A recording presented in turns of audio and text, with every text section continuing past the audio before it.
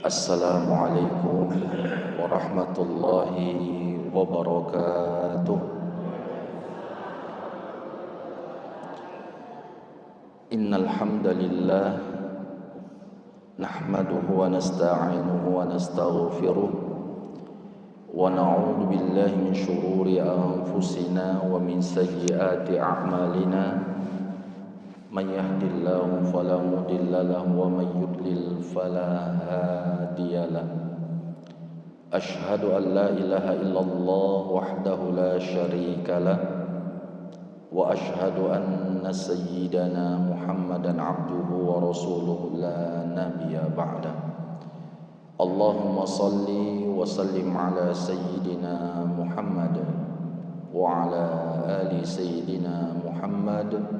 Subhanaka la ilma lana illa ma 'allamtana innaka antal alimul hakim. Rabbi shrah li sadri wa yassir li amri wahlul 'uqdatam min lisani yafqahu qawli, amma ba'du. Alhamdulillah, pujian serta rasa syukur kita kehadirat Allah Subhanahu wa taala, yang mana pada pagi hari ini di tempat yang mulia, di majelis yang mulia, di bulan yang mulia, kita masih diberikan Allah kesempatan, limpahan karunia serta nikmatnya yang begitu banyak. Mudah-mudahan dengan kenikmatan yang Allah titipkan kepada kita dapat mendekatkan diri kita kepada Allah, sehingga kita kelak insya Allah tergolong dari golongan hamba-hamba Allah yang pandai mensyukuri nikmatnya. Amin ya rabbal alamin. Salawat serta salam kepada baginda Rasulullah sallallahu alaihi wasallam. Allahumma salli wa sallim wa barik alaih. Mudah-mudahan dengan kita istiqamah mengikuti sunnah-sunnahnya dan terus memperbanyak salawat kepada Rasulullah, insyaallah kita yang hadir mudah-mudahan termasuk salah satu dari sekian banyak umatnya yang kelak mendapatkan syafaatnya. Amin ya rabbal alamin. Bapak-bapak, tuan-tuan guru, bapak ibu, orang-orang tua saya, hadirin dan hadirat jamaah salat fardu subuh yang dimuliakan Allah Subhanahu wa taala. Insyaallah beberapa menit ke depan kita akan mengaji, kita akan belajar.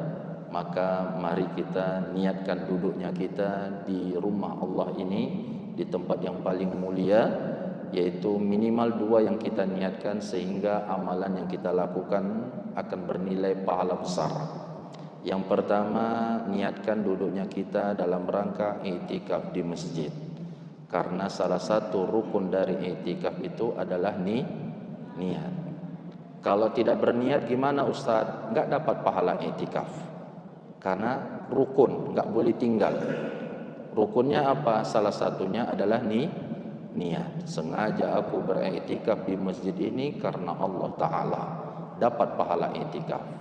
Yang kedua, kita niatkan duduknya kita di sini dalam rangka menuntut ilmu, belajar. Perlu juga diniatkan.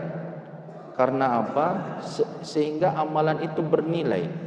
Kalau kita niatkan kita duduk di sini dalam rangka menuntut ilmu, maka pahala yang akan kita dapatkan sama seperti pahala orang yang pergi ke medan perang, atau yang disebut dengan pahala jihad. Dalam satu hadis sahih Rasulullah pernah bersabda, "Man kharaja fi talabil ilm fa huwa fi sabilillah hatta yarji'a." Man kharaja, siapa yang keluar, maksudnya keluar dari rumahnya untuk menuntut ilmu, untuk mencari ilmu, fahuwa fi sabilillah, kata Rasulullah, maka dia berada di jalan Allah, sedang keluar di jalan Allah, hatta yarji'a, sampai dia kembali ke rumahnya.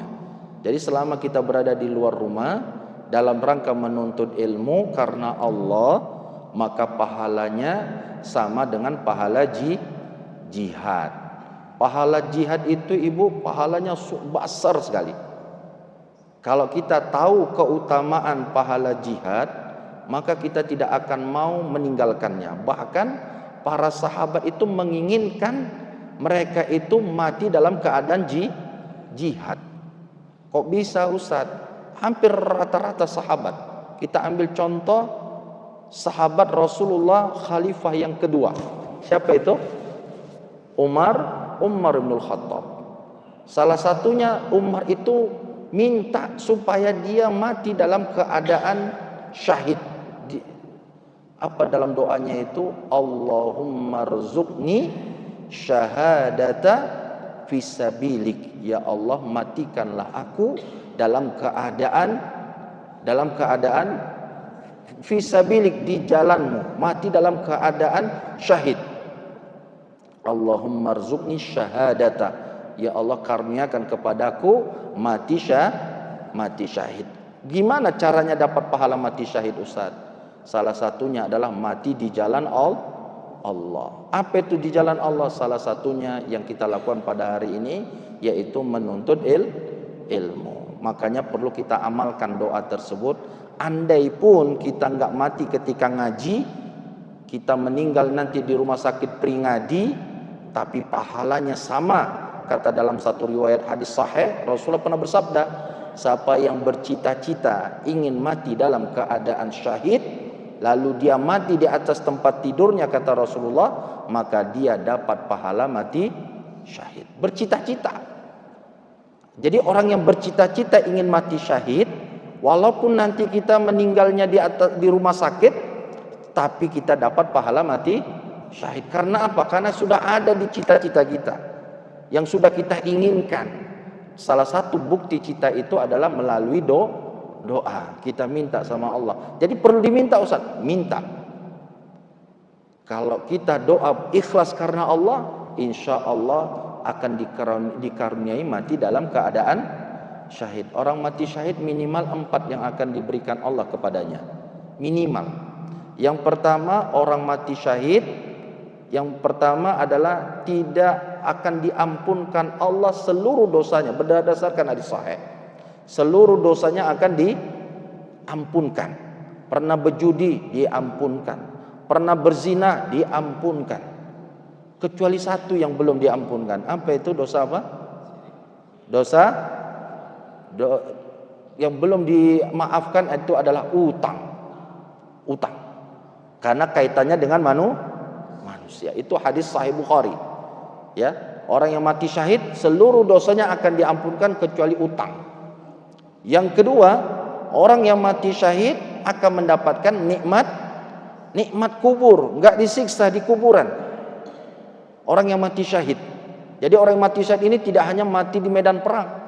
Ya, banyak sekali. Salah satunya adalah mati dalam keadaan menuntut ilmu, dalam keadaan mengaji. Akan mendapatkan dikaruniai mati dalam keadaan syahid, tidak akan diazab. Kita pernah mungkin berziarah ke Madinah Munawwarah. Di situ ada makbarah syuhada Uhud, ada kuburan ya para syuhada yang mati dalam peperangan Uhud. Itu tahun 80-an, yaitu pernah terjadi banjir bandang di Madinah Munawwarah. Ketika selesai banjir, beberapa jasad para sahabat itu kelihatan, Ibu. Beberapa jasad para sahabat kelihatan dan masih utuh. Bayangkan, sudah 1400 tahun yang lalu meninggal dunia, tapi jasadnya masih utuh. Itu bukti kalau di kuburan itu ada nikmat, ada azab. Siapa yang akan mendapatkan nikmat kubur Ustaz? Salah satunya adalah orang yang mati syahid, nggak akan diazab. Haram dimakan tanah jasad mereka. Itu kalau mendapatkan nikmat kubur. Baru yang selanjutnya, orang yang mati syahid, pertama dosa diampunkan, yang kedua nikmat kubur diberikan, yang ketiga masuk surga bila hisab. Masuk surga bila hisab, enggak ditanya langsung. Ketika ditiupkan sangkakala yang kedua, seluruh manusia dari manusia pertama sampai yang terakhir dibangkitkan. Ya, dan ada segelintir orang, sekelompok kecil manusia, ketika mereka bangkit dari alam kubur, sudah ada kendaraan dan pakaian beserta perhiasannya menanti di atas kuburannya untuk menghantarkannya ke depan pintu surganya Allah. Itu segelintir orang sedikit. dan yang lainnya digiring di padang mahsyar melalui hisab. Itu yang ketiga, orang yang mati syahid masuk surga bila hisab. Yang keempat, orang yang mati syahid dapat memberikan syafaat, bisa membantu ahli keluarganya masuk ke dalam surganya Allah sebanyak 70 orang. Itulah kelebihan keutamaan orang yang mati syahid. Wajar kalau para sahabat menginginkan mati dalam keadaan syahid. Kita ini kalau seandainya kita gimana Ustaz? Harus minta mati syahid. Bahkan sebagian ulama mengatakan orang yang tidak menginginkan atau tidak bercita-cita mati dalam keadaan syahid, maka kalau dia mati dalam keadaan fasik. Itulah. Dosa kita banyak sedikit Ibu? Banyak. Maka cara supaya dosa itu cepat diampunkan oleh Allah adalah dengan cara mati syahid. Di sini alhamdulillah. Alhamdulillah aman di Indonesia. Enggak ada perang. Gimana supaya dapat pahala mati syahid? Ngaji. Ngaji. Ada majelis taklim, datang. Ada pengajian, datang. Mana tahu ajal kita ketika kita berangkat mengaji. Ataupun setelah mengaji pulang ke rumah, itu ada jamaah di Gelugur. Rajin ibadah, rajin ngaji. Habis ngaji pulang mau ke rumah, belum lagi sampai rumah, meninggal dunia di jalan. Allah, dapatnya Masya Allah, nikmat sekali. Belum sampai rumah Ustaz, tetap dapat pahala mati syahid. Insya Allah dapat pahala mati syahid. Karena kata Rasulullah sampai dia masuk ke dalam rumah. Bapak Ibu yang dimuliakan Allah Subhanahu wa taala, itulah keutamaan bagi yang menuntut ilmu. Jangankan yang menuntut ilmu, yang memfasilitasin orang menuntut ilmu pun pahalanya besar. Dalam riwayat hadis di dalam kitab Matlain Badrain disebutkan, apa kata Rasulullah? Man a'ana aliman aw muta'alliman walau bi syurbatil ma' faka'annama banal ka'bah sab'ina marrah. Siapa yang membantu orang yang alim, orang yang berilmu, au muta'allim atau orang yang sedang menuntut ilmu, walau bi syurbatil ma', walau hanya dengan seteguk air, kata Rasulullah dia membantu.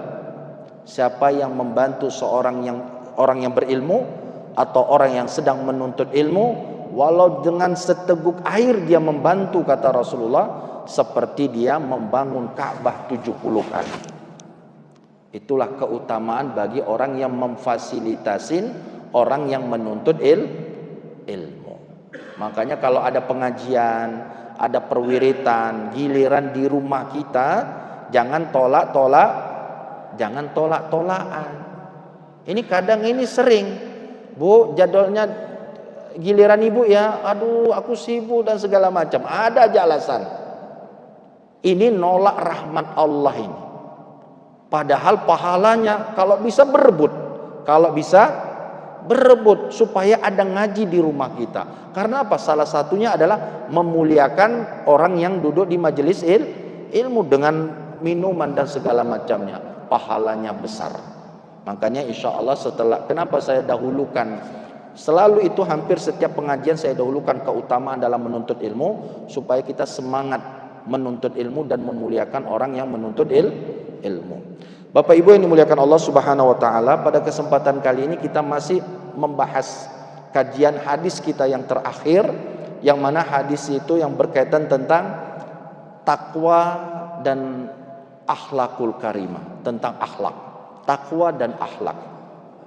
Takwa dan akhlak, kita masih dalam kajian sambungan hadis, yang mana hadis ini diriwayatkan oleh sahabat Rasulullah yang bernama Abi Dzar Jundub bin Junadah wa Abi Abdurrahman Mu'az bin Jabal.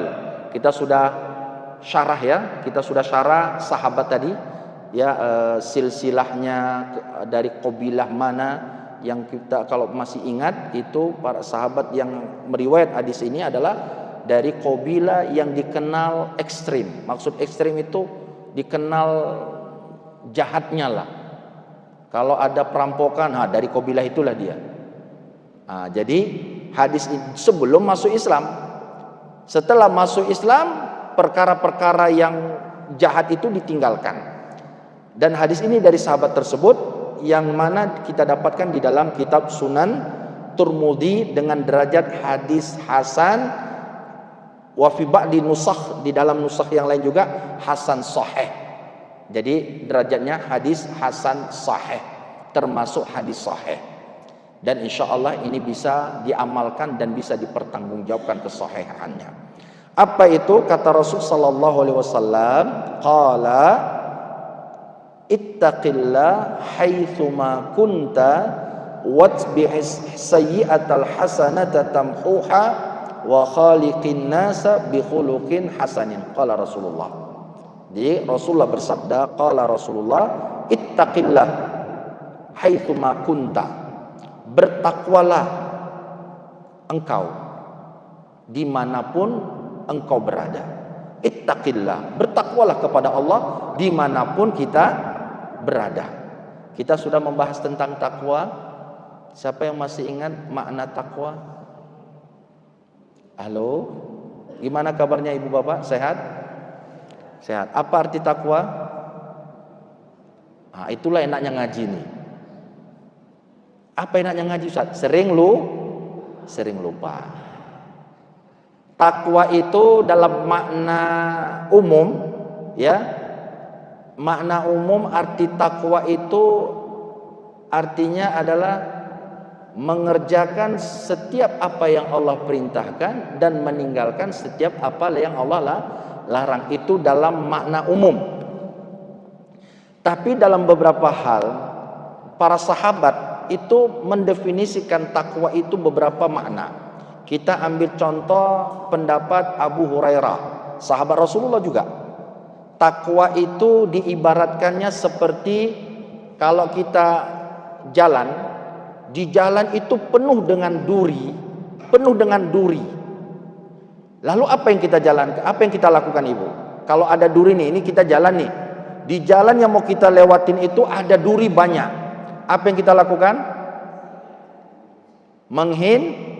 Menghindar. Menurut Abu Hurairah, maksud makna takwa itu adalah menghindar, menjauh. Dari apa? Dari hal-hal yang bisa menjerumuskan kita ke nerakanya Allah. Menghindar atau menjauh dari hal-hal yang bisa menjerumuskan kita dari nerakanya Allah. Apa yang bisa menjerumuskan kita dari neraka?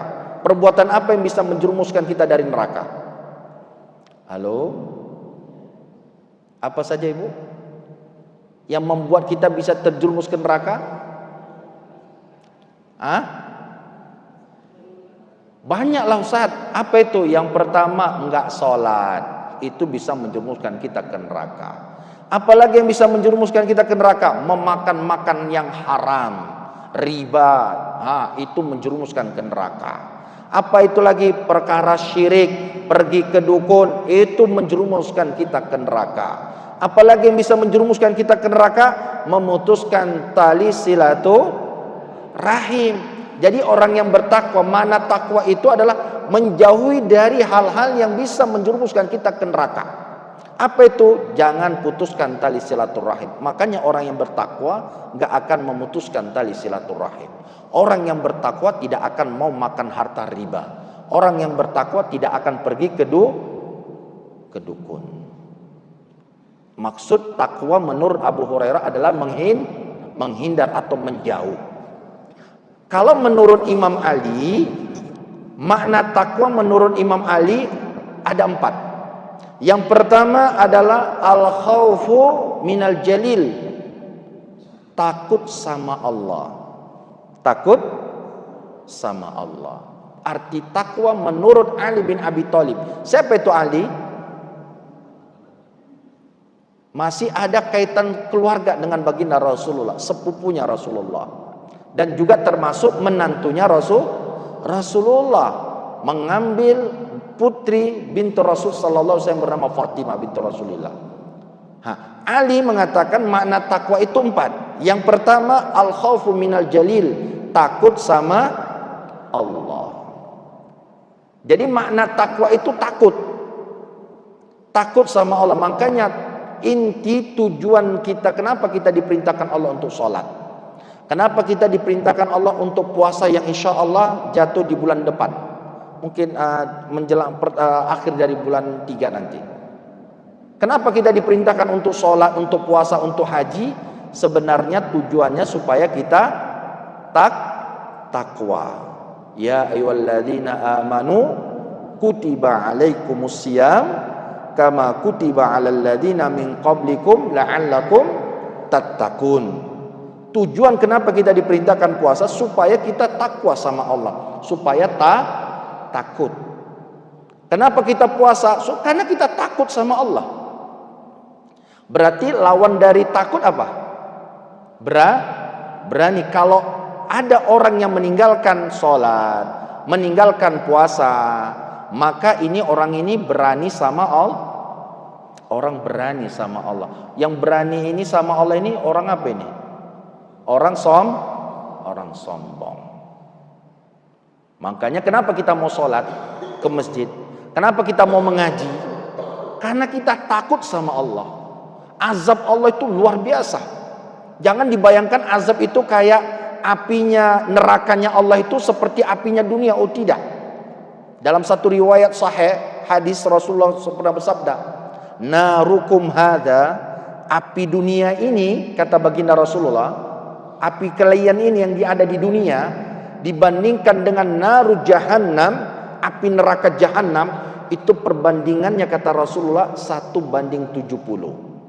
1:70. Dunia itu apinya cuma 1 panasnya, tapi kalau neraka jahanam itu 70 kali lipat lebih dahsyat.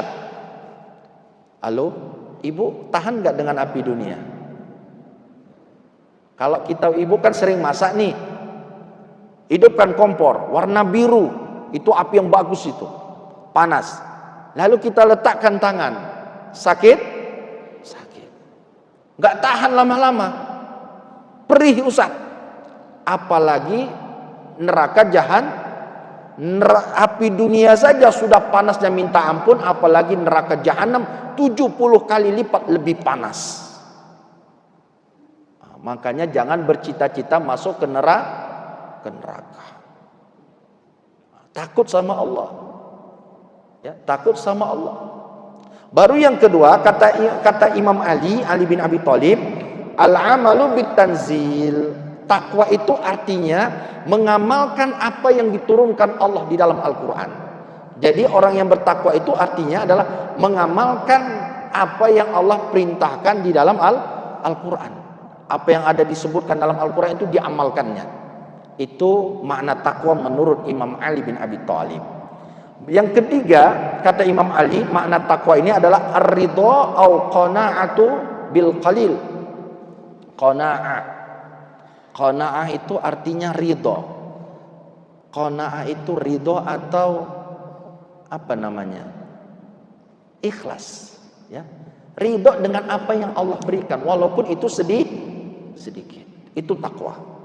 Takwa itu kata Imam Ali adalah ridha, ikhlas dengan apa yang Allah berikan walaupun itu sedikit. Tidak ada sifat tidak terima dengan apa yang Allah berikan kepadanya. Itu yang ketiga. Yang keempat, al-istidadu liyaumir rahil. Kata Imam Ali, makna takwa yang keempat adalah mempersiapkan bekal untuk kematian. Liyaumir rahil, untuk bepergi, itu adalah kematian. Orang yang bertakwa adalah mempersiapkan bekal menuju kematian. Makanya Allah katakan dalam Al-Quran, wa tazawwadu fa inna khairaz zadid taqwa. Berbekallah kau, kata Allah, karena sebaik-baik bekal adalah takwa. Jadi orang yang bertakwa itu adalah orang yang mempersiapkan bekal menuju kematiannya. Kita hidup untuk menunggu mati kita, ibu. Orang yang bertakwa itu cerdas. Kenapa dia dikatakan cerdas? Karena dia tahu dia bakal akan mati. Karena dia cerdas, tahu dia bakal mati, maka dia akan mempersiapkan bekal sebanyak-banyaknya untuk persiapan matinya. Karena waktu kita di dunia nggak lama. Waktu di dunia dengan di akhirat jauh beda. Di dunia sebentar, 70, 60 selesai waktu kita. Tapi kalau di akhirat selama-lamanya. Kalau masuk surga selama-lamanya, kalau masuk neraka maka ada yang selama dan ada yang, karena ahli neraka ini ada yang selama-lamanya, ada yang masuk neraka lalu masuk ke dalam surganya Allah. Tapi kalau sudah masuk surga nggak akan keluar dari surga. Nah, Bapak Ibu yang dimuliakan Allah Subhanahu Wa Taala, persiapkan bekal kita sebanyak-banyaknya, karena perjalanan kita masih jauh. Perjalanan kita masih jauh. Kalau kita ini mau jalan-jalan ke apa tempat yang mau kita rekreasikan, mau ke Danau Toba, mau jalan-jalan ke Danau Toba Parapat, kita bawa cuma 20.000, kira-kira sampai nggak ke Parapat? Kira-kira seneng nggak nanti? Di jalan senang nggak? Nggak senang, susah, nggak sampai ke sana. Susah, makan pun susah, menginap pun susah, karena bekalnya sedikit. Apalagi bekal menuju akhirat yang masih panjang. Ya, ratusan tahun nanti kita akan menanti ketika dihisap nanti. Itu cukup lama. Makanya dalam satu riwayat dikatakan, orang yang menanti di padang mahsyar nanti, ada yang saking lamanya itu keringatnya ada yang mencapai dagunya, ada yang mencapai megap-megap dia, saking lamanya dan panasnya di padang mahsyar nanti. Makanya oleh sebab itu, karena perjalanan kita masih panjang, maka persiapkanlah bekal menuju kematian kita. Apa bekal yang harus kita persiapkan? Halo? Bekal apalagi kita sekarang di bulan apa ini? Bulan Rajab itu bulan apa? Bulan yang dimuliakan Allah. 4 bulan yang dimuliakan Allah. 4 bulan yang dimuliakan Allah. Apa saja bulannya? Bulan Zulqaidah. Yang kedua Dzulhijjah. Yang keempat Muharram. Yang ketiga, yang keempat Rajab. 3 bulan yang berturut-turut, Dzulqaidah, Dzulhijjah, Muharram. Yang berpisah Rajab. 4 bulan mulia. Apa maksud mulia, Ustaz? Saking mulianya nggak boleh kita melakukan maksiat di dalamnya. Bukan berarti bulan yang lain boleh, tidak boleh. Tapi kalau bulan lain saja tidak boleh, apalagi di 4 bulan ini. Kenapa, Ustaz? Sebagian ulama mengatakan siapa yang melakukan dosa di bulan 4 ini, maka dosanya berlipat, nggak sama dengan bulan yang lain. Begitu juga siapa yang beramal di bulan 4 ini, pahalanya akan dilipat gandakan. Melakukan maksiat saja nggak boleh, bahkan berperang pun dilarang, diharamkan di bulan 4 ini. Makanya Bapak Ibu yang dimuliakan Allah, mumpung kita masih di bulan Muharram, makanya bulan Muharram ini Masya Allah berkah. Bulan Muharram, Rajab. Bulan Rajab ini bulan yang apa dalam doanya Rasulullah? Allahumma barik lana fi Rajab wa Sya'ban wa ballighna Ramadan. Ya Allah, berikanlah kami keberkahan di bulan Rajab dan di bulan Sya'ban, dan sampaikan kami di bulan Ramadan. Makanya ibu bapak yang dimuliakan Allah, jangan sia-siakan bulan Rajab ini, jangan sia-siakan, lakukan amalan-amalan terbaik kita. Itulah bekal menuju kematian kita. Apa bekal yang paling baik, Ustaz? Salah satunya mengaji. Selain mengaji, apa yang bisa kita lakukan, Ustaz? Bersedekah. Itu bekal.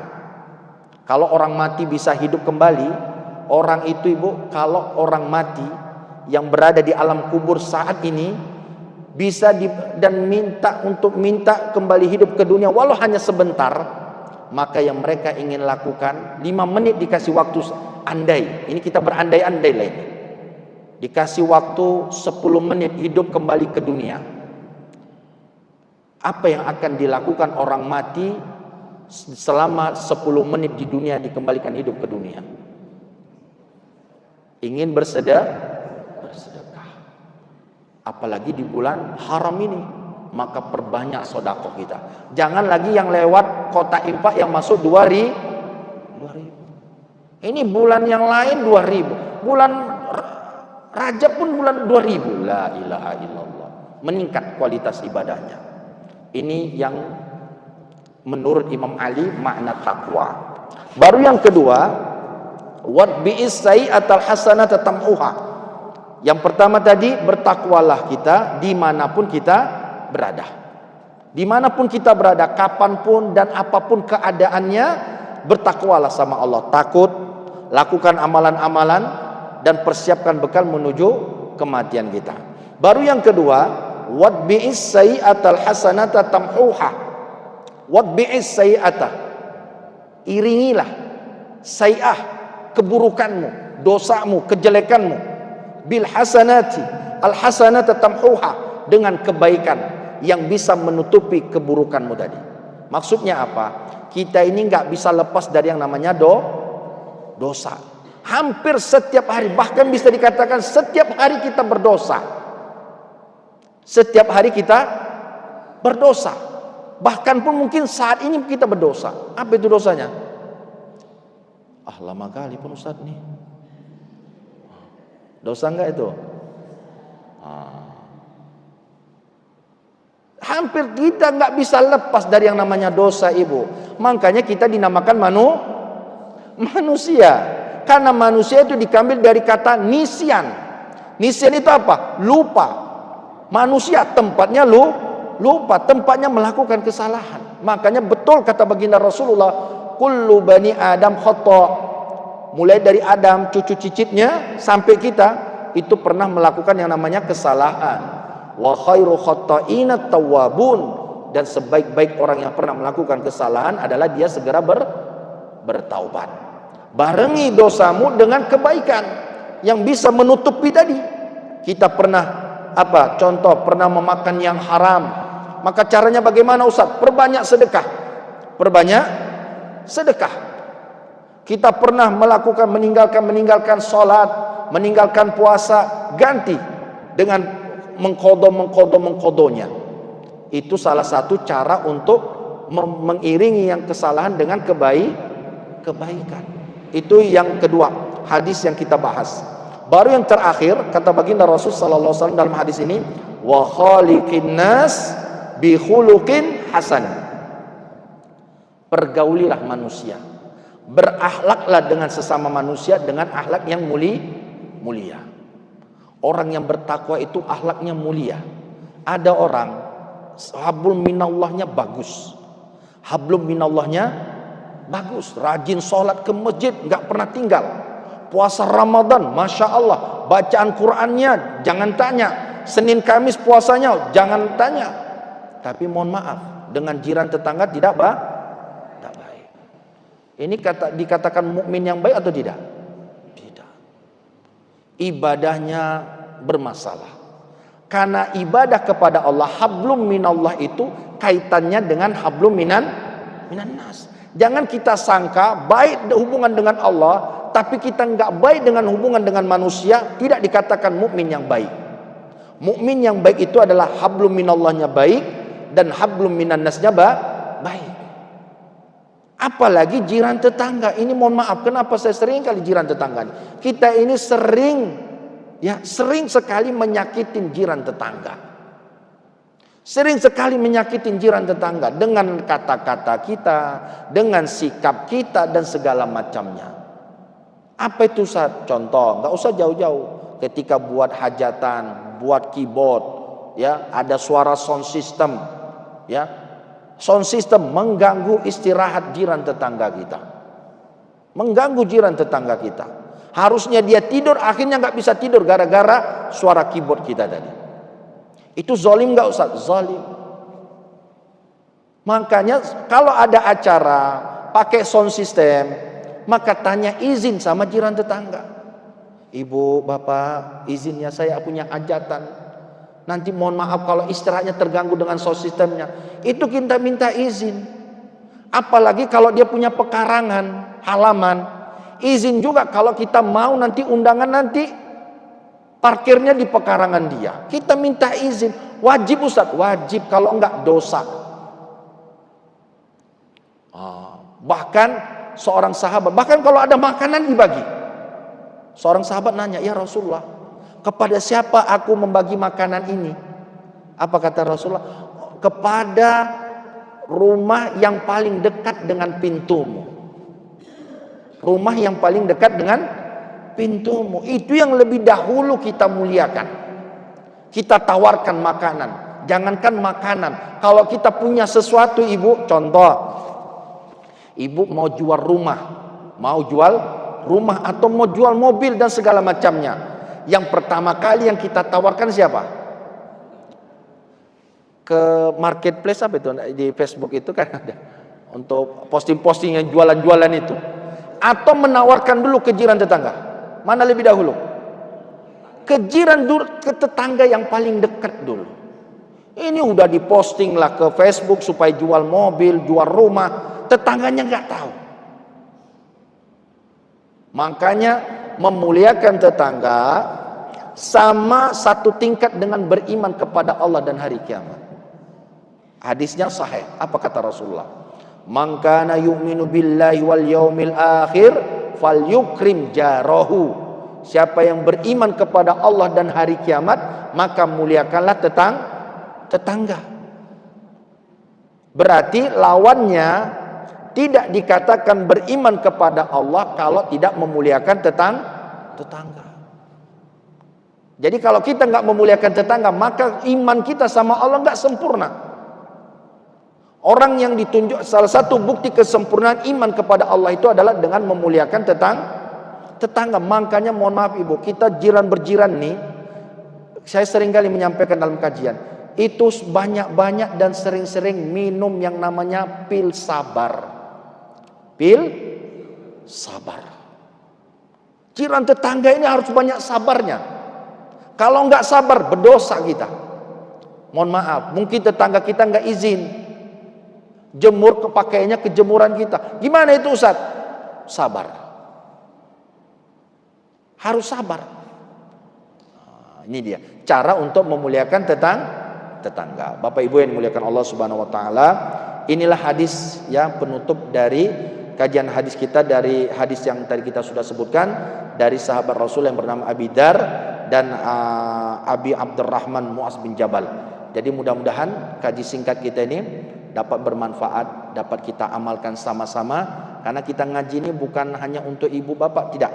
Termasuk saya paling utama, sama-sama kita mengamalkan apa yang sudah kita kaji. Insya Allah kalau kita mengamalkan bertemu ini karena Allah, kelak nanti juga kita akan bersama nanti di dalam surganya Allah Subhanahu wa taala. Jadi jangan lupa takwa sama Allah. Yang kedua, barengi dosa kita dengan kebaikan. Yang ketiga adalah berakhlak yang mulia kepada siapapun, terutama kepada jiran tetangga. Sebelum kita tutup dengan doa, ada yang mau ditanyakan? Alhamdulillah. Inilah enaknya ngaji di Masjid Baitur Rahman. Mudah paham dan cepat pahamnya. Insya Allah Bu ya. Jadi kita tutup dengan doa. Mudah-mudahan Allah memberikan keberkahan pada pertemuan kita pada pagi hari ini. Astaghfirullahaladzim.